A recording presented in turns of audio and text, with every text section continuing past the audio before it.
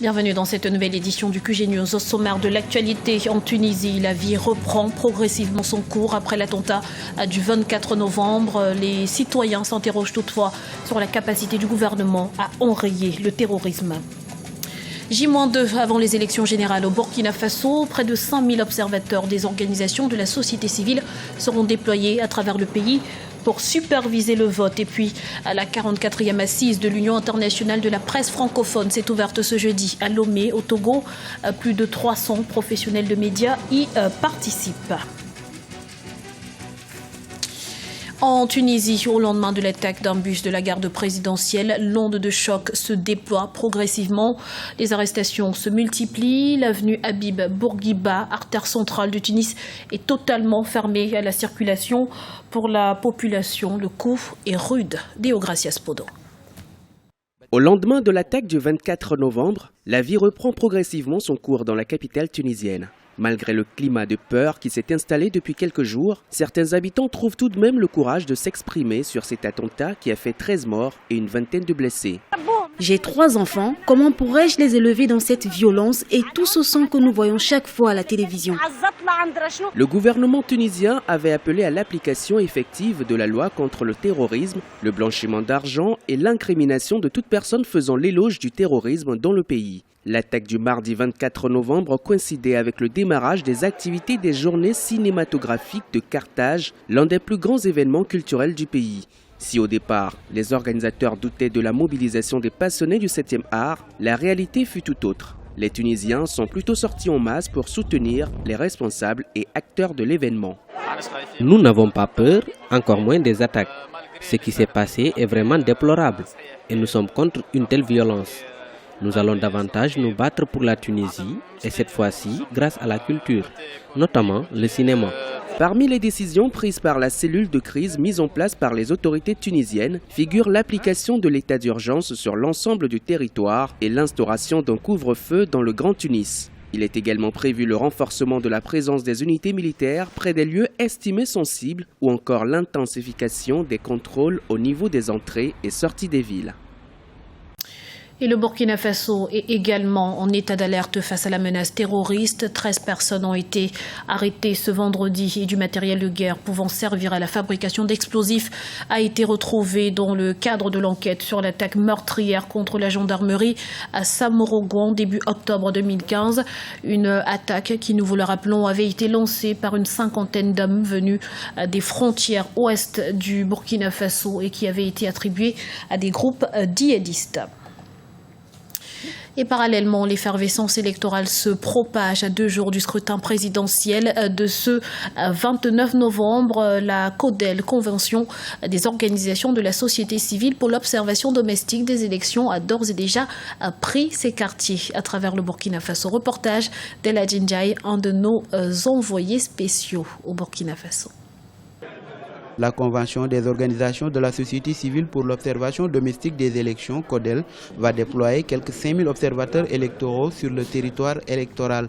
Divisés en 2 catégories, ils comprendront des observateurs piqués et des observateurs mobiles. Tous seront munis de téléphones portables et de smartphones. Le dispositif mis en place permet un comptage parallèle des résultats et un suivi par tous les acteurs en temps réel des opérations sur le site web www.burkinavote.com. Cela va permettre aux populations de voir est-ce que les bureaux de vote sont ouverts, est-ce que ça se déroule très bien, etc. Et ce dispositif déjà permet à la société civile, donc à travers la CODEL, en liaison avec la CNU, avec les autorités compétentes, de lever un certain nombre de dysfonctionnements s'il y en a, chose que nous espérons qu'il n'y en aura pas vraiment beaucoup. Et en plus, nous avons un système satellitaire qui peut cibler à tous ces dispositifs si effectivement on a des problèmes. Parce que les observateurs mobiles sont au nombre de 5000 et ils vont couvrir le territoire électoral pour compléter les informations qui seront collectées au niveau des observateurs immobiles qui seront dans les bureaux de vote. L'objectif est surtout de rassurer les candidats et les électeurs par rapport aux élections couplées du 29 novembre 2015. Le lancement de ce dispositif sécuritaire s'est tenu ce jeudi à Ouagadougou sous le regard de certains partis politiques et candidats. Compte tenu de ce qui nous a été présenté, est suffisamment équipé en matériel, mais aussi en ressources humaines pour assurer sa mission et puis crédibiliser bien sûr les résultats qui vont sortir de ces consultations électorales. Et je crois que l'initiative de la CODEL est la bienvenue, est très appréciée et rassurante.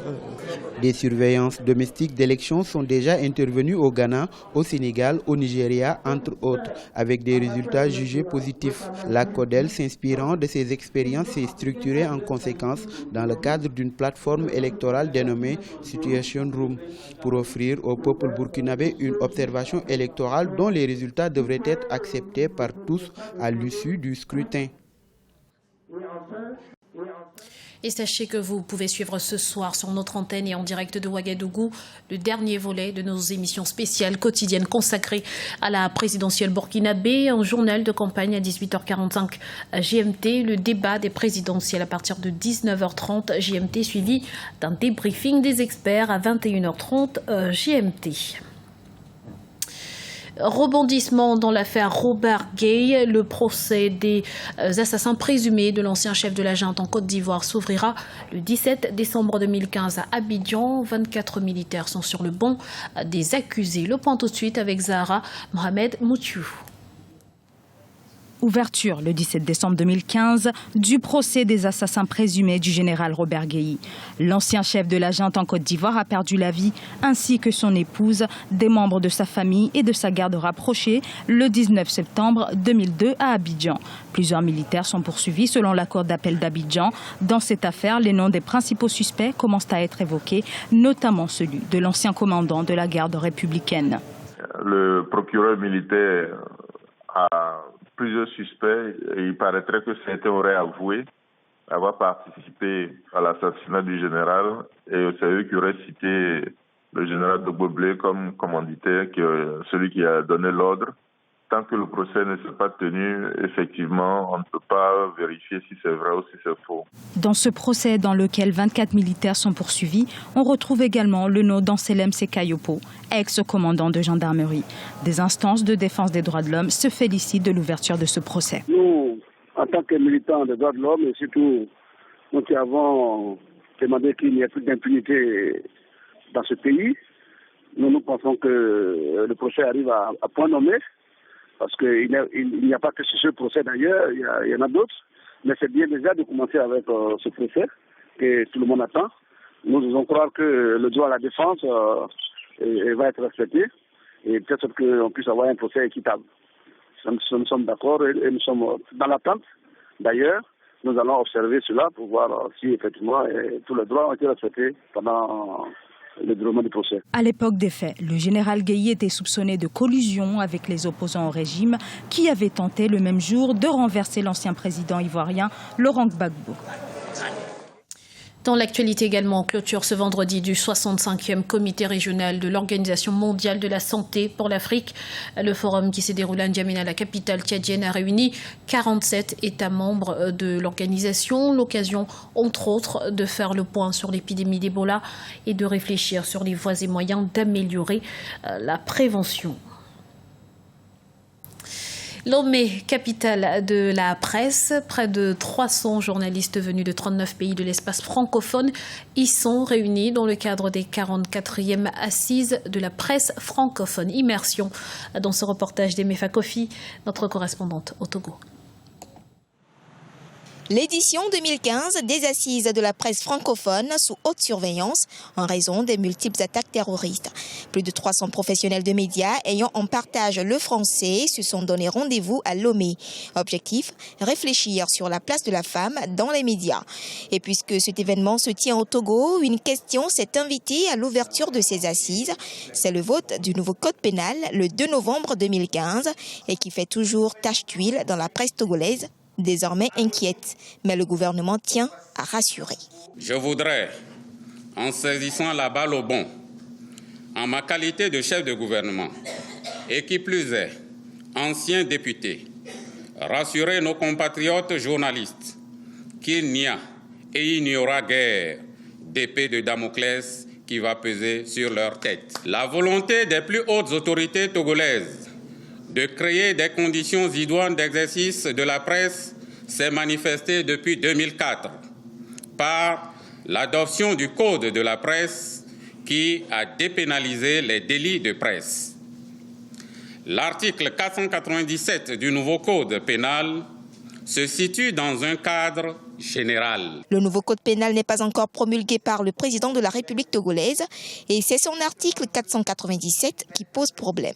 Plusieurs solutions sont donc envisagées au sein de l'Union de la presse francophone. Nous sommes en train de penser aussi qu'on fasse une relecture du texte et proposer un alinéa qui nous garantisse que cet article 497 ne sera pas appliqué. La tenue de ces assises à Lomé représente en outre un symbole fort pour le Togo. Le gouvernement et tous les acteurs du monde médiatique sont appelés à plus de collaboration pour la préservation de la liberté de presse.